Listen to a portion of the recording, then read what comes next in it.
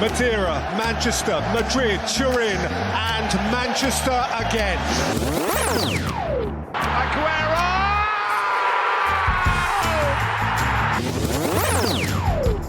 Goal for South Africa! Goal for all Africa! Roma have risen from their ruins!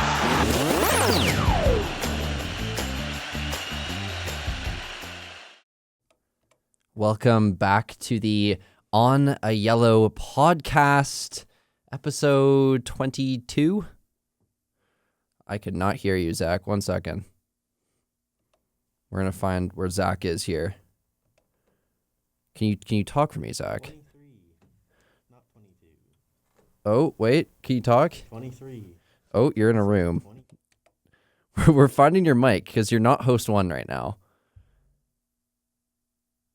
Yeah, no, I can't hear you, bud. Well, we're going to figure out what mic you are. Okay, wait. Why can I not hear you? Hello? Oh. Hello? We got you fixed. Well, that was interesting.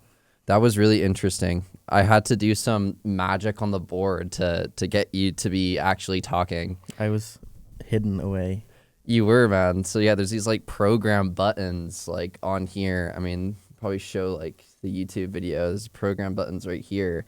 And you were just not clicked. Yours were clicked off. So I was using like the other mic to get feedback so I could hear you without like live. And I was like, that's not right.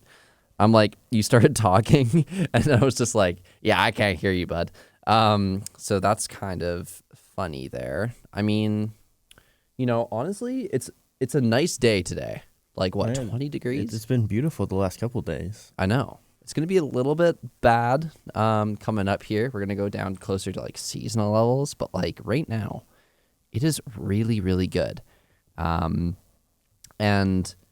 really good for football, which is something that I am looking forward to. Potentially going to some games in the CPL. So, you know, it's pretty good. Now, what episode is this? This is episode 22? 23. 23? Episode 23. Yes. Okay, so we are episode 23. What did we name this episode? Officially back. Officially back because of our main man, Alphonso Davies. He's back scoring goals, and he's getting ready for this World Cup, which I'm really excited for. All right, so, Zach, what do you want to talk about first? I know you had a couple points written down. I did have a point. Manchester United have basically clinched Champions League football, and you know I'm excited. I'm excited to finally see my team. You know, for us at 1 p.m. on a Wednesday, or a Thursday, and you know, actually no, probably Wednesday and Tuesdays and Wednesdays now. I believe how the new system works. Well, I know Wednesday for sure. I'm excited to see Manchester United play. Now. Weird times, obviously, for us in North America being noon. But you know what? That's fine. That's a price I have to pay to see my team under the lights of the Champions League. Now, you know, we clinched this basically because we beat Chelsea 1-0 for a clean sheet by Sen Lemons. And overall, I don't think we should have won that game. You know, we played well, but Chelsea played better. Chelsea had like 3 shots off the post, 3 shots that were near goals. One by Enzo Fernandez, actually 2 by Enzo Fernandez, one on the right side and one on the left side. And we didn't really play well, in my opinion. I think we were missing our main guys, especially in the defense. You know, Maguire is still he was still suspended. Martinez was suspended. This was his first game after the suspension, so he still has 2 more games after pulling the hair of what's his name? Everton striker. I'm blanking right now. I don't think either of Everton's strikers Leeds striker. Dominic Calvert-Lewin. Yes, Dominic Calvert-Lewin. No, I'm thinking Everton strikers. They got Beto and Barry, and neither one of those guys has any hair. Oh yeah, and we lost against Leeds, which sucks. But we made up for it by beating Chelsea. And I mean, to be honest, like again, Chelsea should have won. We were lucky, but we took our goal really well. So Mateus Cunha scored his 8th goal of the season. Beautiful one-touch finish. He actually had a similar attempt earlier into the game, but he messed it up, and I was wondering, like, watching it, why he didn't take it first time. He could have had 2 goals that game, but he took one really nicely, bottom corner, or top corner, actually, and it was really strong to see. I mean, I think Chelsea really missed out on having Estevao leave the game early. So Estevao played 16 minutes, and he was probably one of the most dangerous players on that pitch other than Enzo Fernandez. He caused a lot of trouble, obviously pushing against Shaw. That was the battle, him against Shaw. And I think, Estevao, he's 18 years of age. He's has that Brazilian flair, that dribbling ability, and he was really, really good for that 16 minutes. And then he actually went off with an injury, and a familiar face came on in Alejandro Garnacho. Alejandro Garnacho, he got I think an expected crowd response to that. Obviously, Chelsea fans were kind of angry that Estevao was injured, and Manchester United fans don't really like Garnacho that much, based off of how he left our club in the summer. And I think, he was the best option. Looking at the other options, I heard a bunch of Chelsea fans saying, we didn't have João Pedro, Estevao got injured. Who else do we have? You have Bino Gittins and Alejandro Garnacho as your kind of 2 other guys you can play. And out of those 2, I think Garnacho is the better choice, but he kind of got bullied a little bit in that game. The challenges were definitely harder, and he didn't really show anything. He kind of showed that we kind of fleeced Chelsea in that transfer window, because he hasn't been performing to the levels that he did most likely, I think, 2022-23 and 24-25. Those 2 seasons, I mean, he played decent and he was our kind of starting guy, but, he had potential, and he kind of lost it with his attitude problems.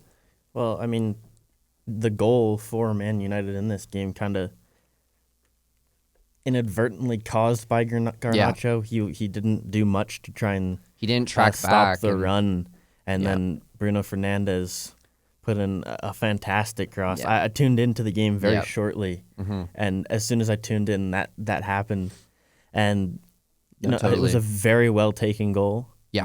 A fantastic pass. Cunha got there at the perfect time and just smashed it by. Sanchez really stood zero chance at that one. Yeah. And I think it was a super well, good counterattack and super well taken goal. Well, it's Man United's game, right? After Carrick kind of came in, we became a really good counterattacking side. The 4-2-3-1 that we use is so dangerous. I heard Scholes talk about, the team and what could possibly be, and Schmeichel, I believe, talked about, what could possibly be the defining factor of this game. You have 2 very good teams. Chelsea's fighting for that Champions League football spot. We are still fighting technically, and what could possibly be the difference between the 2 teams? And he said that front 4 is the kind of the main reasons. Mbeumo, he didn't play great. I mean, he didn't really have that much going for him in the game. Šeško played Šeško's game. I think he was strong as well. He had a couple chances. Cunha, he was always in the right place, and that's why I like Cunha. He's always looking for goal. He's always looking to shoot. Again, I think Man United, we didn't play that game well, but we were lucky. We still tried, and we were able to get that goal. Well, it's kind of an interesting lineup choice by Man United as well. Lining up Mazraoui as a center back. I think Mazraoui is actually better than Yoro right now. I think he played decent for not being a center back usually. Yoro, I think, was really poor in the Leeds game.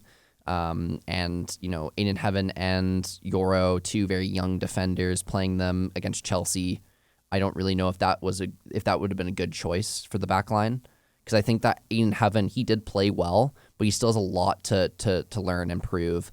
A lot of people are saying, oh, he's really good, and I think he is. I mean, if you look at, he's 18 years of age, and he's doing that kind of on defense. He had 91% accurate passes. He made 2 tackles, had 4 blocks, and it was an important defining factor in why we got the clean sheet. But, he still lost the ball sometimes in situations where he was just too slow to get away or made a poor choice. And, I think being 18 years of age, he has time to kind of iron out those wrinkles.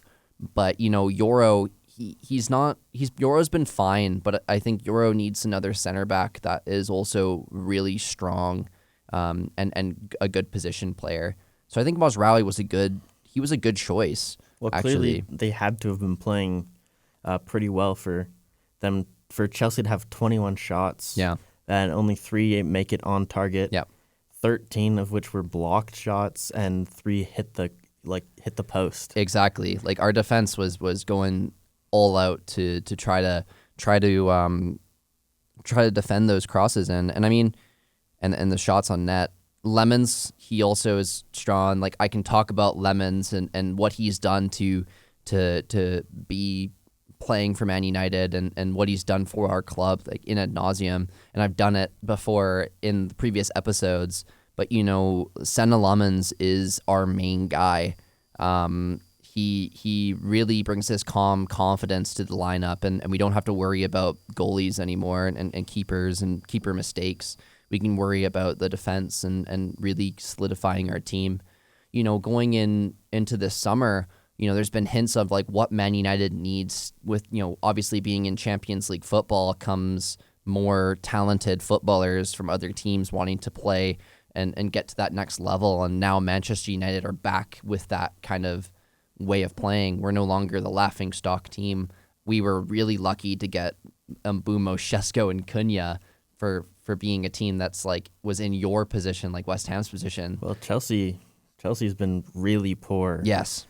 And they're losing again today. I think they're down 1-0 against Brighton right now. I think Rosignol wasn't a good choice. I think Maresca should have stayed, because they were like what, 4th place with Maresca?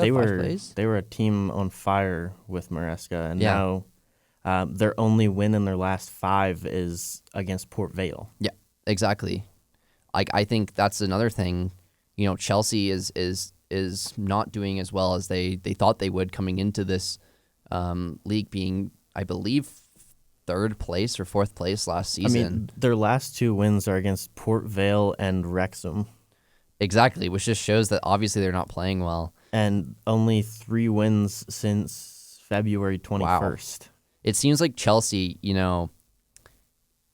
it seems like with Rosignol, his only highlights have been him saying that, like, we're, like, managing is, like, we're all aging men or something, of, like, men and aging, and he put managing, like, they've spread him out, and for some odd reason said that. Chelsea's had a hard time recently with defending. Yes.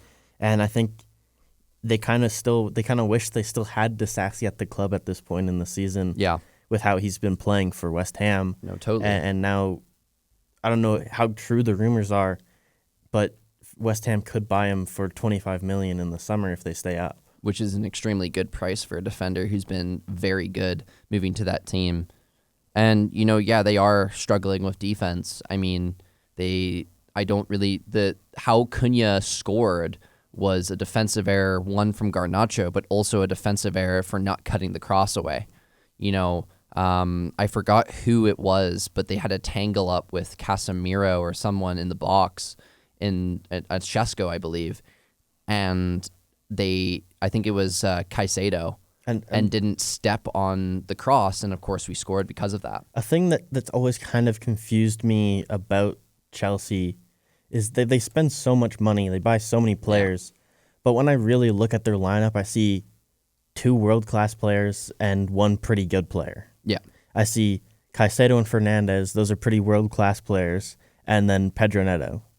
And then, they have some guys in that team, sure, Cucurella, Malo Gusto, and Delap, they had good seasons before. And they have João Pedro. I mean, João Pedro didn't even play, though. No, I don't he was a think. reserve. Like, he's been injured. So I think, Cole Palmer being injured, Estevao being injured, they've had a tough time of it with injuries, especially. But with the amount of money they've spent, you'd think they'd have slightly better replacements to come in. You would think, like, I think with Chelsea, Cole Palmer needs to be in that facilitator role. He needs to be in that cam role. He's been playing actually on the right more games or the right mid position. But then, like, if you play him there, where does Enzo Fernandez sit? I think Enzo plays further down with Caicedo, and then you have that as your midfield in like a 4-3-3 situation. I don't know. Enzo's been pretty effective as an attacking mid, though, this year. He has been, but 8 Cole Palmer goals, is as 3 well assists. if he plays in that position. So maybe you have 2 center attacking mids and 1 center defensive mid in like a 4-3-3, but it's like a 4-1-2-3 or whatever. I just think that Well, now apparently Enzo Fernandez is playing striker at the moment. Oh. So. Well, I mean, yeah, they don't really. Liam Delap has been poor. I just think, Chelsea's recruitment strategy hasn't been the greatest, seeing how much money they have. It's kind of a spray and pray kind of thing. Yeah, they haven't Just really. spend money to hopefully get somebody. If you think about it, they tried to get all these like players and all these strikers, but all the strikers decided to go to other teams. And, Shesko was one of them. Shesko could have gone to Arsenal. Shesko could have gone to Chelsea and all these other teams, but he went to Man United, and there's all these other players. But it seems like Chelsea, it's like, I think Liam Delap was a really poor transfer for them. Well, and now based on today's, if this holds today, Brighton would move above them into 6th in the table. Yeah.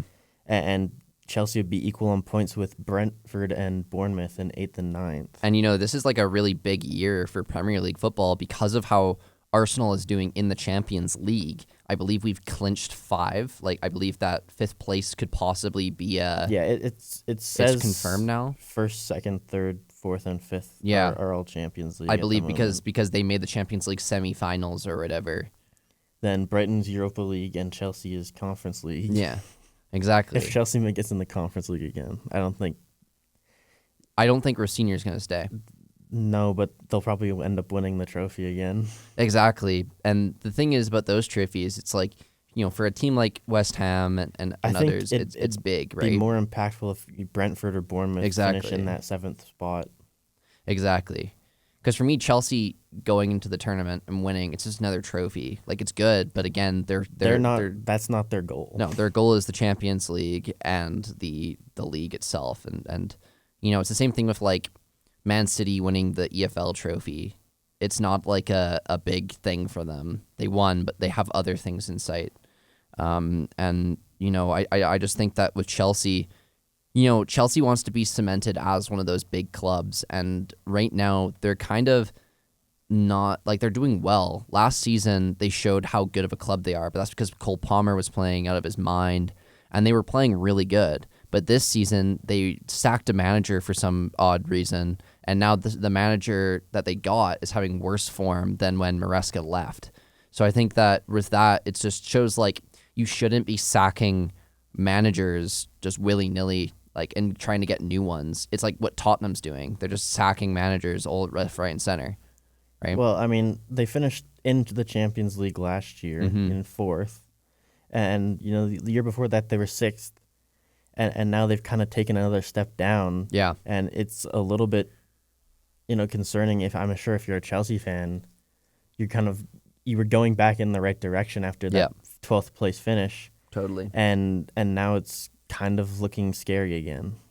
Well, yeah. And I mean, it's kind of like a pattern that Chelsea's been going on. They would do well one season, and the next season they do terrible, and the next season they do well. So many managers since 22-23. Exactly. And, Tuchel, Potter, Bruno, Lampard, Pochettino, Maresca, McFarlane, and Rosenier. Yeah, I know. It's just like, it's basically just picking the wrong choices. I think Rosenier, like, he's not the guy for you. I just don't think he's a guy to manage Chelsea. Like, you look at some of the most famous managers for Chelsea, Mourinho and like all these other guys. It's like those are kind of the guys like Tuchel, you know. And I just don't think Rossinier was the guy to manage, and he hasn't been the right choice, and it wasn't the right choice to sack Maresca. You know, Maresca was doing really well, and he was probably arguably their best manager since like Tuchel, right? So it's like, you know, what is going to be like kind of the next kind of part for Chelsea? Like, are they going to? It would be interesting what they do this summer, because you know Chelsea's kind of been the laughing stock of the top 5 teams in the Premier League, being other than Tottenham now that's kind of taken that crown. But you know, they're the team that they've gotten all these players, and you know they seem to like get so much players. But like none of them are like you said, none of them are like star players. None of them are like the Didier Drogbas. None of them are like the Frank Lampards and all these famous people that have played, Michael Essien, like all these really good players that have played for Chelsea. You know, none of them are on that level. Other than, you know, Enzo's very good, Caicedo's very strong, and Cole Palmer's really strong, right? But again, striker-wise, they don't have a striker that's going to score them goals. They don't really have an identity on their team anymore. Maresca kind of gave them an identity, and now they just don't have one. And I just think it's going to be interesting to see if Rossinier stays or if Rossinier goes, because I don't know, based off of his recent form right now, it's not good enough. But do you switch a manager and have to rebuild another like squad? I think in the summer it's a little bit easier. Yeah. Than, you know, mid-season, obviously, because he's came into a squad that wasn't his. Mm-hmm. So I think in the summer if they do stick with him, you'll have a little bit more direction next season, more impact on, you know, how the players are playing, Mm-hmm. and who's playing and who's still there next season, and who they bring in potentially.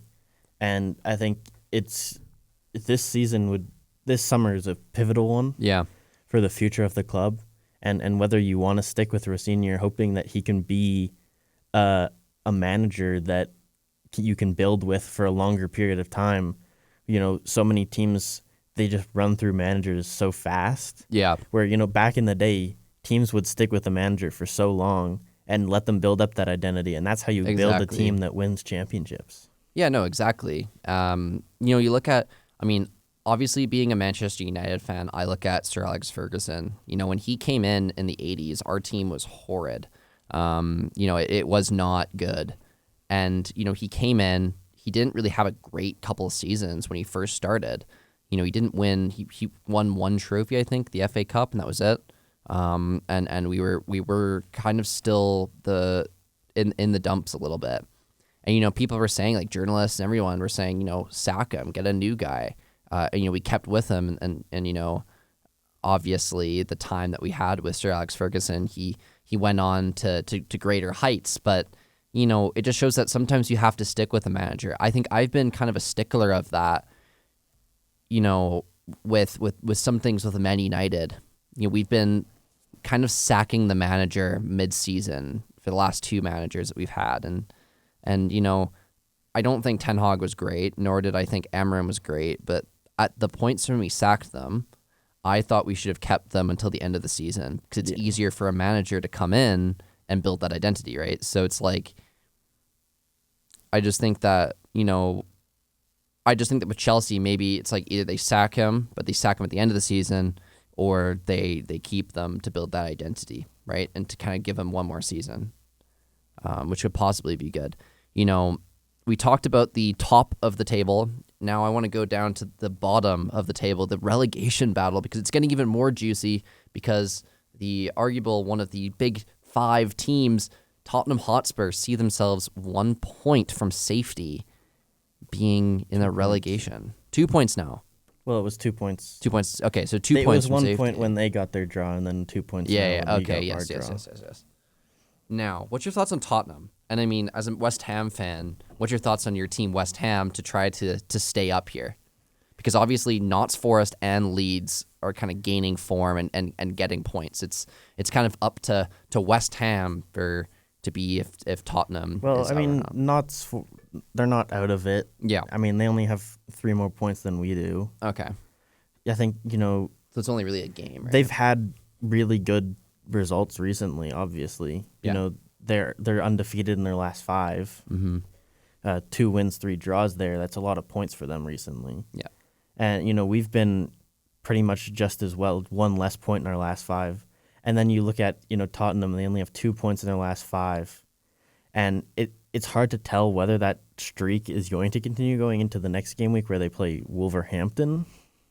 Maybe now that Wolverhampton's relegation has been sealed, they'll play a little bit freer and they don't have to worry about trying to pick up those points, and maybe they'll play a little bit less confident maybe, but Play as freer and just trying to the Dream Crushers, basically. Yeah. I think, every West Ham fan, every Premier League fan at this point, except Tottenham fans, want Tottenham to go down. Everyone's a Wolves fan this week, and everyone's a West Ham fan this week, except for Everton, because Everton is fighting for European spots. And, if Everton wins this weekend, or next weekend, I guess, they would be in a European spot. Yeah. So it's a big week. West Ham gets to play at home at least against Everton. So I think if we were going to Everton, I'd be a little bit more worried. I think Everton is a team we could get a point off of, if at maybe even a win, if we play the way we have been recently. But not picking up the full 3 points against Crystal Palace kind of hurt, when I think they didn't really push hard enough to try and score that goal. And going to Crystal Palace is a hard place to score. They've had a really good defense this year. They've only let in 36 goals. And I think Mavropanos had a really good chance in that game to score, and Dean Henderson played the play perfectly, made the save, and then after that there was not really any real chances in that game to score. Crystal Palace scored, got ruled off for handball in the box, and then after that nobody really pushed, and they kind of just played out for the draw. And the first time, I believe, they've had a 0-0 draw between Crystal Palace and West Ham since 1980. Which is crazy. I mean, I think it's hard. We talk about it every time we talk about this relegation battle, that to get a point and to get points is the reason why you stay up, right? And to be able to get points in games that honestly you might not get points on. I think you got points earlier this season against Manchester City. I believe you tied against them, right? Yeah, we drew 1-1 against Man City. Which is a game that, obviously you weren't expecting to even get a point out of, and you got it, which is really important. I think, like you said, Tottenham is playing against Wolves, right? But I would not count out Wolves in this game. I mean, when we played Wolves, we beat them 4-0. Yeah, but I honestly, I wouldn't count out Wolves right now, because yes, they're in a relegation. They're bound for relegation now. But, maybe they have an identity shift. Instead of, fighting to stay up, they're now fighting to be the Dream Crushers. And who would not want to see Tottenham get relegated? A big 5 club in the Premier League, and a club that's been synonymous with the Premier League for forever, since they played in White Hart Lane. And, I think for Tottenham, I think it's an attitude problem.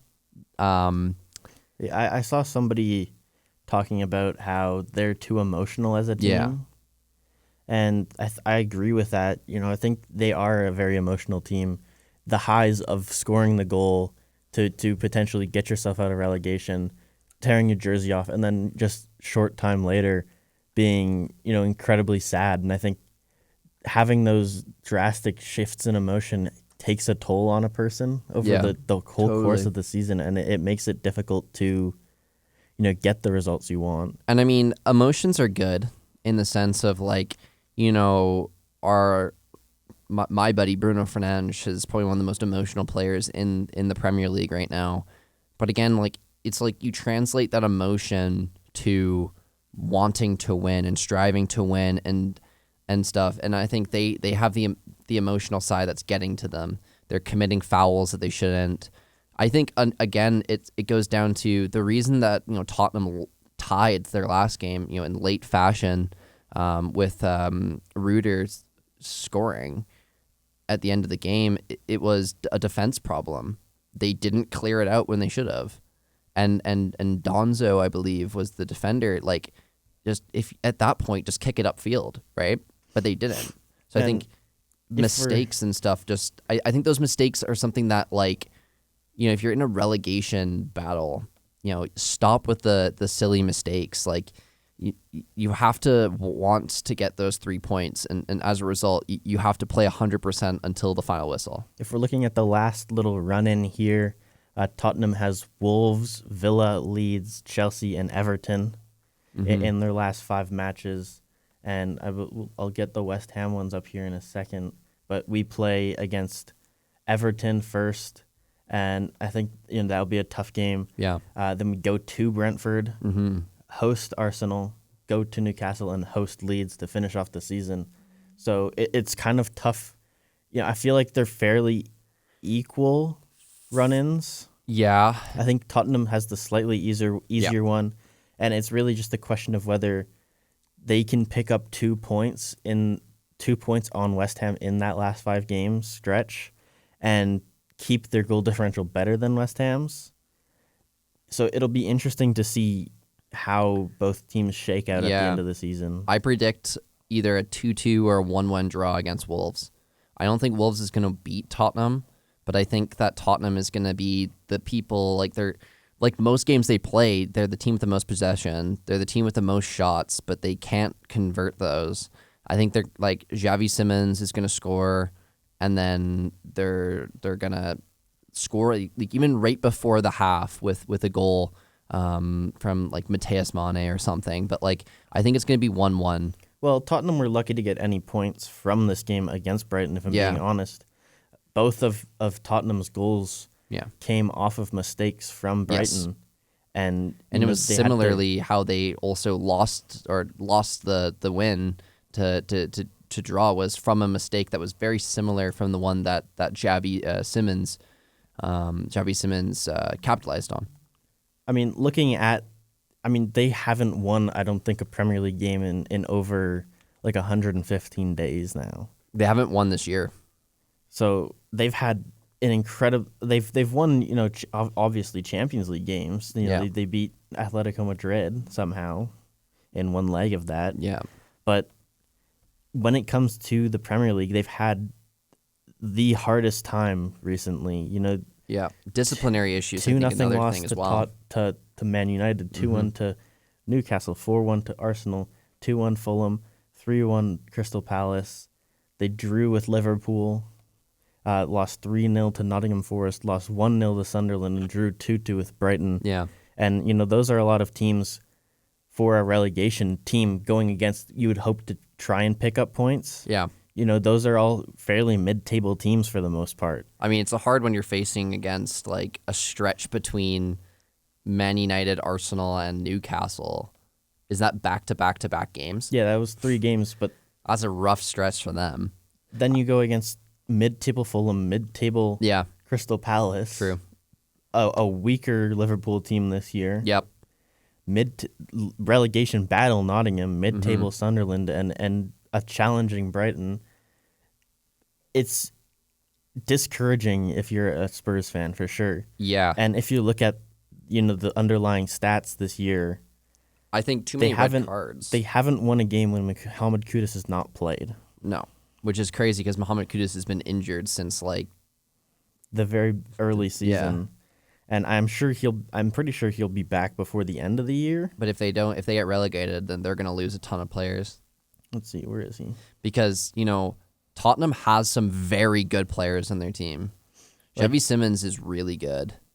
So Mohamed Kudus was expected to be back in like April. Yeah. And now has a setback and is expected to return as mid-July.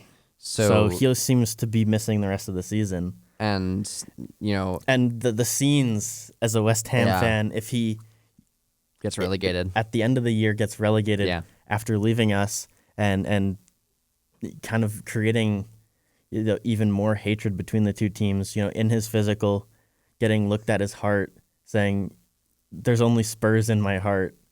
it'd be hilarious to see him go down. He'd obviously be leaving Tottenham. I don't think he's going to go down to the Championship. And I think Tottenham would lose a ton of players Yeah, going down. they would. They would definitely lose Kolo Muani. Well, let's just go Solanke, through Tell, Richarlison, Simmons, Kudus, Simmons. I'm pretty sure Vicari- Gallagher leaves. Vicario. Sar leaves. Kulusevski leaves. Vicario leaves. Bergvall leaves. James Madison probably Van leaves. de Ven leaves. Archie Gray. Yeah. João Palhinha probably leaves as well. Mm-hmm. And it'd leave them with a shell of what they formerly were. I don't even know who they really would have, like, other than their reserve team and their bench that would stay. I think they would keep Klinsky. Yeah. I He would be their main goalie. think Radu Dragusin would maybe stay. Yeah. Kevin Danso, I would imagine, he'd probably stick around trying to break out again. Ben Davies, I think, would stay, Yeah. maybe go to another championship team. Just I don't all, think like, basically just all of the unks on the team or players that don't play often really would stay. 17-year-old Janai Byfield. Yeah, he'll probably stay. Jed Spence maybe stays. Potentially. He has been linked. Destiny Udogi. It's kind of tough Destiny to Udogi tell. has been linked with some teams, especially, like, he has been linked with West Ham, I swear. I don't think so. Before he moved to Tottenham, I think, actually. 19-year-old Souza probably stays. Yeah. Yves Bissouma, I think, would stay. I mean, he's not really getting much playtime this year, so maybe he doesn't stay. But I think they would kind of have to buy like a whole brand new team, Or just use their reserves. and it'd be a tough next season. I think won't be quite as easy as No. people would imagine in the Unless it's like championship, a unless they Juventus somehow situation keep where all their players. Yeah, like Juventus, where and- they just get a bunch of... They take the pay cut for 1 year. Some of them don't take pay cuts, so I think they'd be in financial trouble if yeah. they don't. Though. Some do. They're obviously going to lose players. Yeah. There's no way they keep their entire squad. Because I know But a player like Xavi Simmons at 23, there's no way he's going to play he's in the not going to go championship. play in the championship. He'll move to another team. That team, And a team will get a good deal on him, I think. where do you think he would go if they get I think relegated? he probably goes back to Germany. Germany? Or does he go Chelsea? Because Chelsea friggin' seem to buy every player that's like... It's hard to tell. He seems like a very Chelsea player. I don't know. He's just... But they don't really wouldn't- need him. I wouldn't be surprised if he went back to Germany. Not Leipzig. I think maybe Dortmund. Does he go to Spain? It's kind of hard to tell. I see him as a Premier League player. He does fit to the Premier League play style. It's just who would need him in the top. I mean, maybe PSG goes in for him. Yeah, He played there previously. I think a reunion could happen. potentially, yeah. It's just kind of tough when he's a young player. He has to make a big choice Yeah. now and try and improve on the season he's had. I think because he's clearly not had that great of a year in the Premier League. Mm-hmm. 7 goal contributions in 27 matches. It's not terrible But by it's any not. means, but for a player they spent so much money on, and a player I mean, he was good for Leipzig, but they were hoping to kind of bring them back into well, the top he's 5 gonna in the be- table. He's going to be a World Cup player in 2026 World Cup, and if Spurs get relegated, he's going to be a championship baller in the World Cup. Technically, if he doesn't move, but if they do get relegated, like we said, they're going to lose a ton of players, and Xavi Simmons is going to be one of them. But does he want starting time? If he wants starting time, he's not going to go to teams like Manchester United. Doesn't need him. Chelsea technically I could. mean, Man City, Man City. they seem to buy a lot Man of City players. seem to buy. I feel like seeing that Bernardo Silva has done for Man City this season, maybe they buy Xavi Simmons, I but I feel don't like think he he'd be a kind of guaranteed fits in starter. there. He does seem that Him and Cherokee could have some Yeah. pretty good link up play. seeing that Foden hasn't been playing. I think it's not out of the question to see him move to Man City. Yeah, Especially them losing Bernardo Silva. yeah, And having a little bit of an aging midfield. I say they have yeah, quite a few older players in the midfield. I think it is a move that makes sense. yeah. I mean, it does. It makes. I mean, that is probably the one that makes the most sense right now. Like Liverpool doesn't really need them. Newcastle. I mean, he wouldn't go to Newcastle though. I mean, Villa. Aston Villa have Morgan Rogers though. That's true. It's It's tough to tell. tough to tell really. I but mean, Man if Brighton City's- somehow makes it into the Champions League, maybe maybe. I think he'd be exciting to see on Brighton. I think, they Brighton have, could be a good team for him. They have a young team. They have an And- exciting team. and they can just build him up, and then he can go to greater heights when it opens up, right? You know, he's a really strong player, and I was surprised that he went to Tottenham this season because he was linked with other teams. I mean, do you think Barcelona could go back for him? Because he obviously played in La Masia. It'd be interesting to see if he'd go back to Barca. I don't know if they necessarily need a player like Xavi Because Simons. who do they have for Cam right now other than Dani Olmo? Do they even really play a Cam, though? No, they haven't really Barca? played a Cam, I don't think. I mean, check who they have, because I know they have Dani Olmo, but Dani Olmo doesn't play often anymore. Barca has. Ferran Let's Torres, go by but position here. Danny Olmo, Fermin Lopez. Those yeah, are their two Fermin attacking Lopez, mids. Yeah, So I mean, maybe he could go there. You know, he can play on the wing, but They don't need a winger. he's more of a Cam. They have Fernan Torres, The or Shark. Ferran Torres, Rashford, Rafinha, And Rooney Rashford's a Barjai, starter, in my opinion. and I know. Lamine Yamal all on the wing. yeah, wing. They have a very good team, and I mean, I think- they just need a striker, really. Yeah, if they go in for a striker this year in summer, I think they could be yeah. the Champions League winner next year. I think Lewandowski is a really good talent, though. He has a ton of goals this season. I He think leads if- everybody over the age of 35 for goals right now. If they get a younger striker, though, They- someone who's a little bit more Well, pacey, Lewandowski's going to be 41 next year, so I don't think he's going to stay. he'll be 38 next year. 38 next year. I thought he was 40. No, No, he's 37. he's 37. Well, never mind then. But still, he's going to be older, and possibly going to be moving to maybe the MLS. That he seems like a very MLS type of player, just to finish his career there, right? You know, I don't think that. I don't know. I don't really know, but like I think they do need another striker. If you think of Barca, they have not really had a striker since Lewandowski. Really, like I mean, for right me, now, other than Suarez. an Since Suarez, they haven't really had that striker. an idea I have in my mind for some reason would be Hugo Ekitike. With, I think he would do really well in that system. He's a big striker. They can get the ball to him. But it's tough now because of Just how well technical ability, though. he's played at Liverpool. He's a baller. But they do also have Alexander Isak. Do they need two world-class strikers? Probably not. It's just, But based off of is form, Barca I would able sell Isak over Ekitike. is Barca able to pay that kind of money for a player? They haven't been in a while. No, That's obviously. the thing. They don't have money to spend. No, and I think with Barca, like obviously there's going to be some like La Masia striker right now on their in their youth teams that's probably just balling out that they just put in. He's like the next like wonder kid coming out of Spain. So I think they're good. I think Like looking at their purchases, Yeah. like in the last window, they spent $25 million on Juan Garcia, Mm-hmm. $2.5 million on Rooney. they seem to try They to loaned in Rashford and, Yeah. and Cancelo. and they're going to try to get Rashford. They're going to try to buy him because it was a loan with option to buy, and I mean we don't really have a placement for Rashford, seeing that we've kind of replaced him with Kenya, and obviously Rashford doesn't want to be a bench player, so he's happy playing for Barca.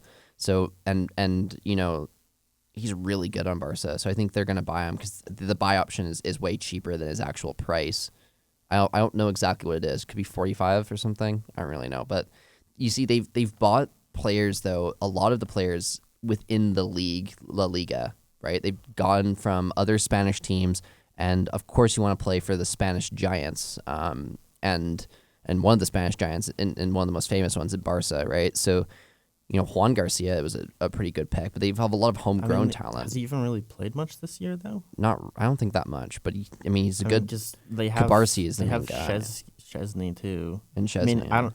I'd assume or Garcia's the goalie been Garcia, playing. yeah, because they have two Garcias on their Yeah, team. Garcia's played 25 matches. Yeah, 12 clean sheets. because remember, Chesney's going to go after this season.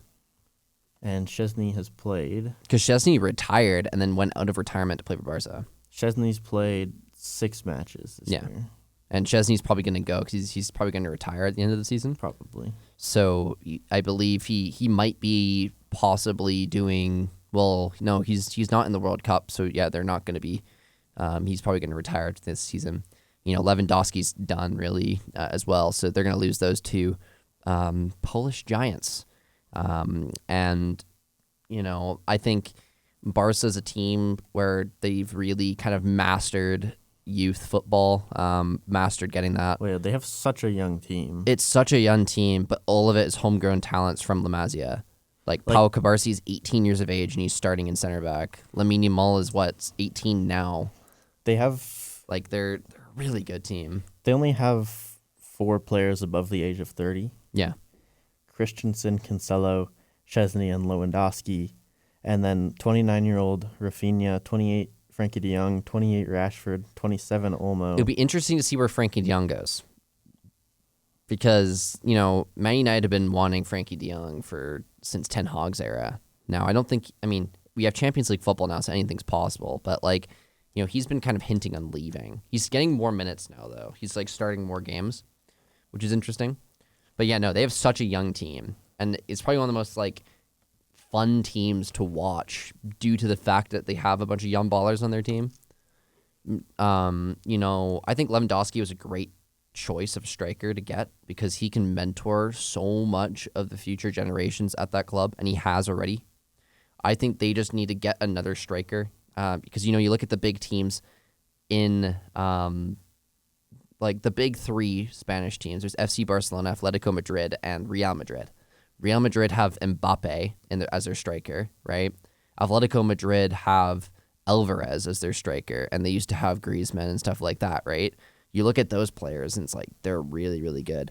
I haven't seen a player for Barcelona play striker yet. Ferran Torres has. He's been decent. Ferran, I think he out plays of anybody mostly on the team, yeah. if they don't want to buy somebody, I think he's the player they're going to pick. Yeah. Just based off of, I think he's had a pretty good season. He has a pretty good season so far, and he's been playing well. But, since Lewandowski came on, I haven't really seen anybody on that team that's done the levels of a Suarez. You know what I mean? Suarez and all these other really good players that have played, David Villa, these really good strikers on the team. And I just think that now they need to get another one to cement themselves. I think the problem that Barcelona has is they are relying so much on Lamine Yamal, who's really, really good and, is the right winger and kind of their future main guy if you look at it from that lens, playing, balling out, scoring goals, but they just don't have a striker when Lamine Yamal, doesn't score. They don't have that striker to score for them. Looking at, the matches especially in the started Champions this year, League. Yeah.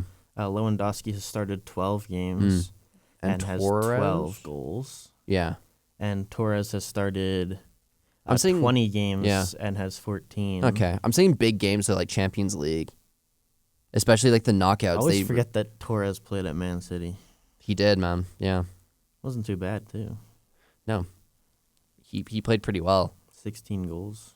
He's not a bad player. And we're talking about, Barcelona possibly needing a player, but if you look at it from a different lens, Barca's Barca. They're top of the table right now by 10 points at this point? They're top of the table by a lot of points. By 8 points. Yeah. Madrid's playing currently drawing 0-0. Madrid has, in my opinion, the better players if you think about it on paper, but they've only won one of their last 5. They've been really poor. Now, another team that's been poor is Arsenal. Do you think Arsenal's bottling the league, Zach?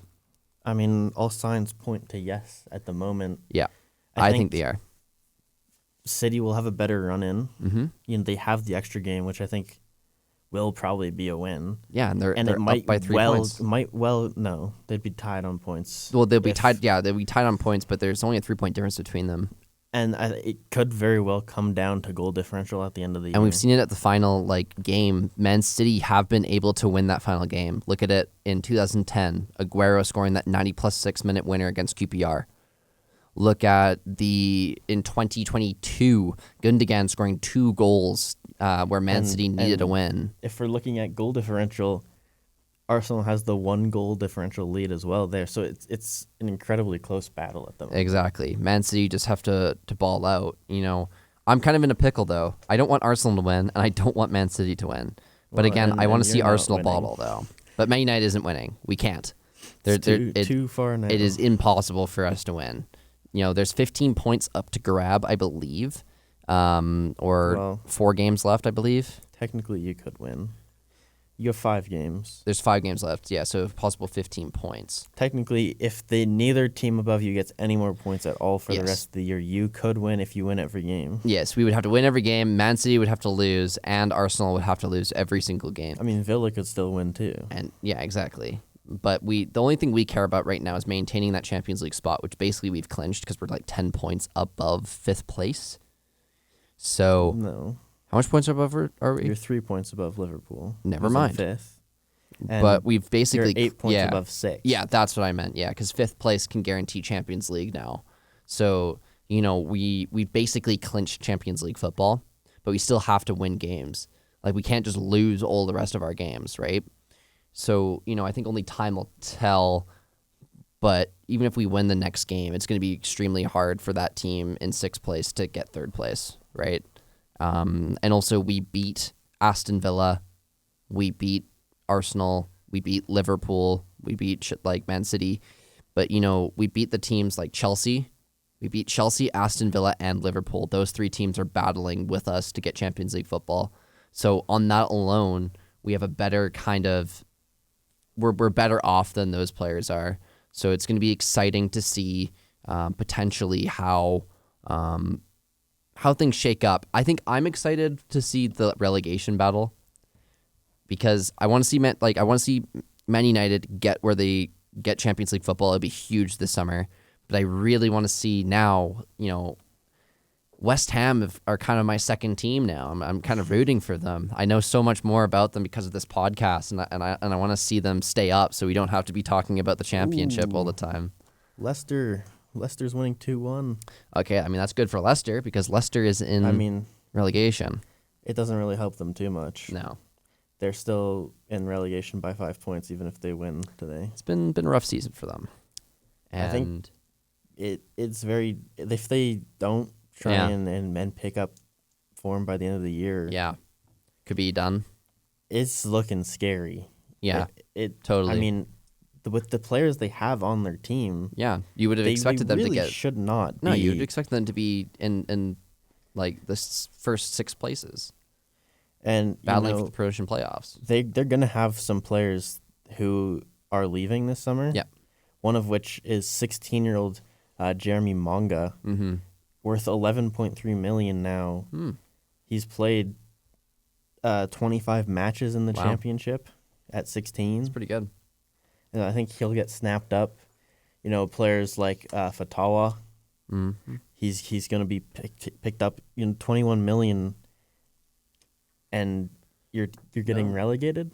Exactly, and just getting kind of relegated like 2 years ago is And I'm pretty sure crazy. they've loaned out Bilal El Kunis this year Mm-hmm. to Stuttgart, and he's going to end up. Someone's getting a good player there for cheap, I think. Yeah. All right, Zach. It's come to the end of the podcast episode. Can I get your sign off, please? Bonjour, au revoir, and have a great rest of your week. See you later, guys.